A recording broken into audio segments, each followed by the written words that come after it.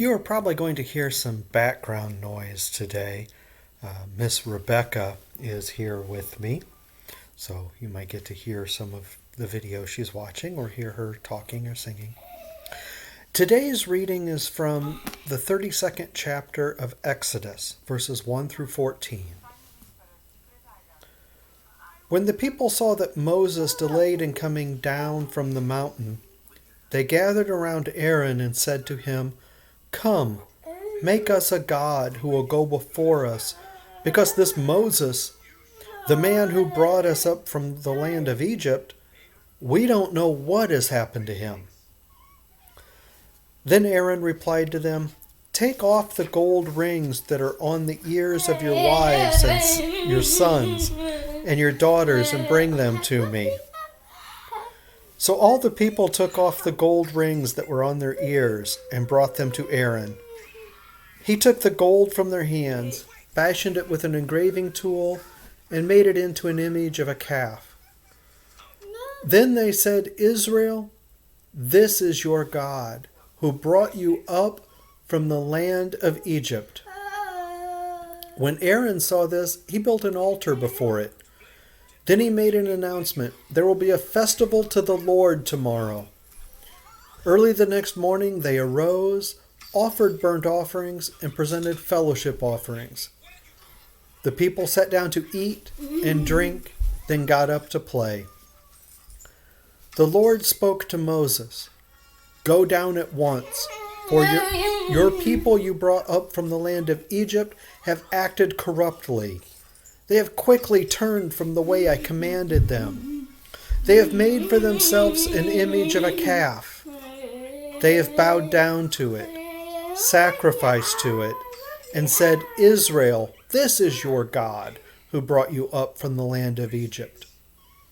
The Lord also said to Moses, "I have seen this people, and they are indeed a stiff-necked people.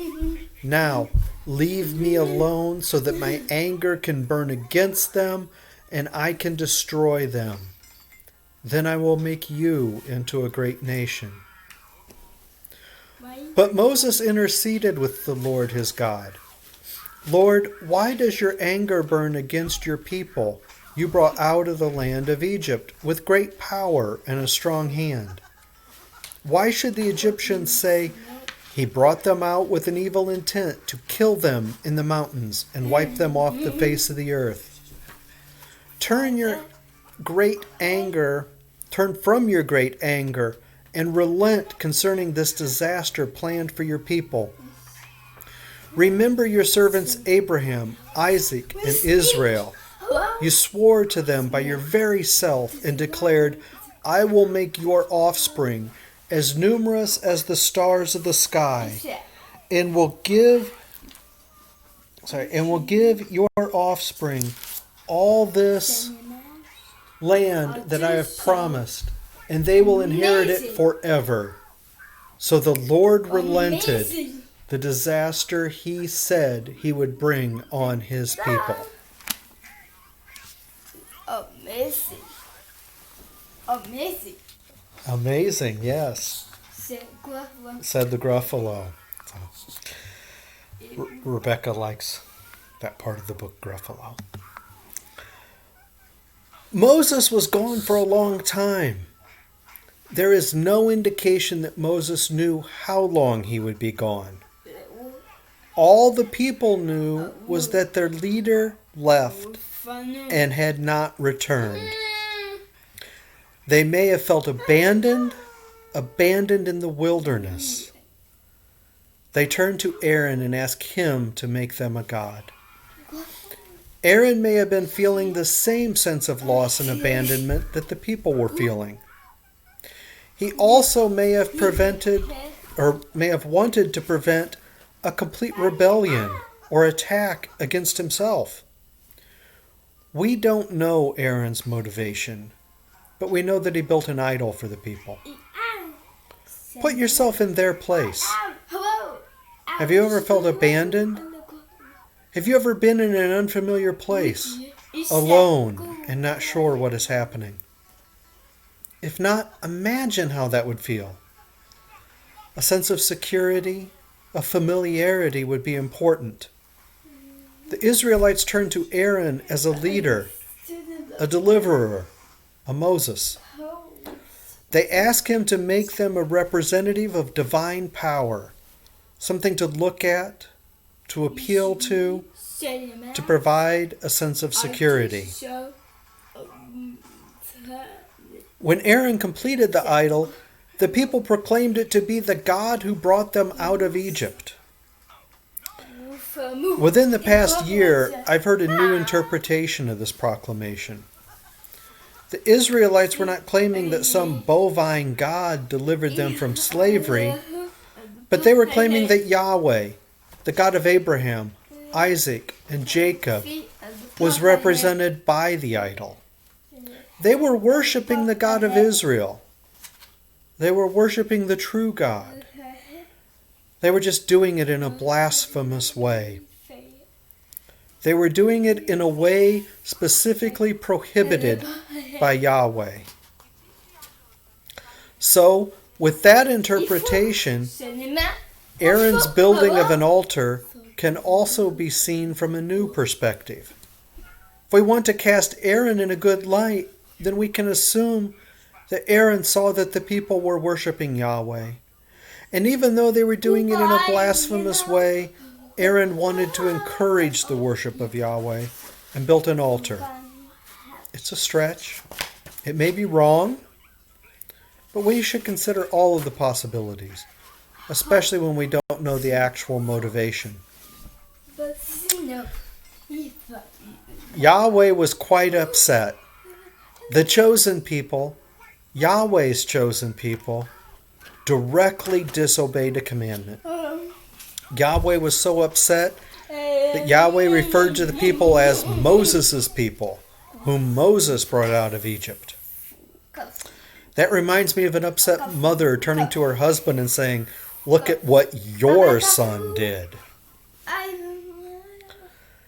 Yahweh had a simple solution to the problem. Yahweh told Moses to back off, and Yahweh would destroy the people. Yahweh then told Moses that he would be the new Abraham, and from him a great nation would rise.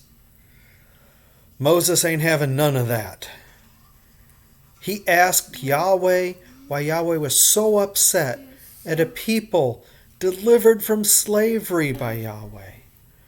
Moses pointed out that the Egyptians would say that the Israelites' God was evil and led them into the wilderness just to kill all of them. Moses also reminded Yahweh of the promises to Abraham, Isaac, and Jacob, that their descendants would be the chosen people and would inherit the promised land. Yahweh listened to Moses and did not destroy the people. There are 4 characters in this story: Yahweh, Moses, Aaron, and the Israelites. If we put ourselves in the place of each of them, maybe we can understand why they behaved the way they did. Yahweh was upset that the Israelites broke a specific commandment. Think of Yahweh as a parent. Yahweh told the children not to do something, and they appeared to understand. Yahweh went to the kitchen to start dinner, looked back into the family room, and the children were doing exactly what they were commanded not to do. Yahweh was upset. Then Moses reminded Yahweh of the importance of the Israelites. Moses reminded Yahweh that the Israelites were the chosen people and the descendants of Abraham, the fulfillment of Yahweh's covenant with Abraham. Yahweh looked back into the family room and felt love for those adorable, misbehaving children, and the anger faded. Moses was the mediator in the story. He was the messenger between Yahweh and the Israelites. Moses did not attempt to justify the actions of the Israelites. He just reminded Yahweh of the connection between Yahweh and the Israelites. In the next chapter of Exodus, we read that Moses and Yahweh spoke together as friends. Aaron was in the toughest place of the four characters. He was left in charge of a very large group of people. There is nothing to indicate that he knew how long Moses would be gone. He needed to keep the people safe and to avoid rebellion. When the people asked for an idol, Aaron was in a potentially lose-lose situation. This reminded me of something that happened to me. Several years ago, I had an idea. It did not work out well and literally resulted in a mess in the kitchen of the Masonic Temple in Crawfordsville. One of the lodge brothers helped me clean it up. I apologized, explained my reasoning for what I had done, and told him that I thought I was doing the right thing. He told me that that was all that should be expected of anybody. That was the best lesson I have learned as a Mason. In our story this morning, I think Aaron thought that he was doing the right thing. We should not expect more than that. Our final character was the Israelites. They were led from the only life they had known. They went into the wilderness with only what they could carry. They were going to a promised land about which they knew nothing. They were surviving, but that was all. Their leader just went on a walkabout. They did not know how long he would be gone. They wanted some hope, something to look towards, something to help them feel secure. They weren't evil, they were desperate. This morning, I think the main lesson in the reading is that we need to look at the different viewpoints and try to understand each character. When we can see ourselves in each character, the story comes alive and we get new insight into the biblical narrative, and new insight into ourselves. We learn that we should be patient. We learn that we should do what we think is right. We learn that we should be peacemakers. We learn that others will make mistakes and we should love them anyway. Rebecca, hey, say bye-bye. Bye-bye. Bye-bye. Bye-bye. Bye-bye. Bye-bye. Bye. Oh, Rebecca wants to show you her Gruffalo book. Okay.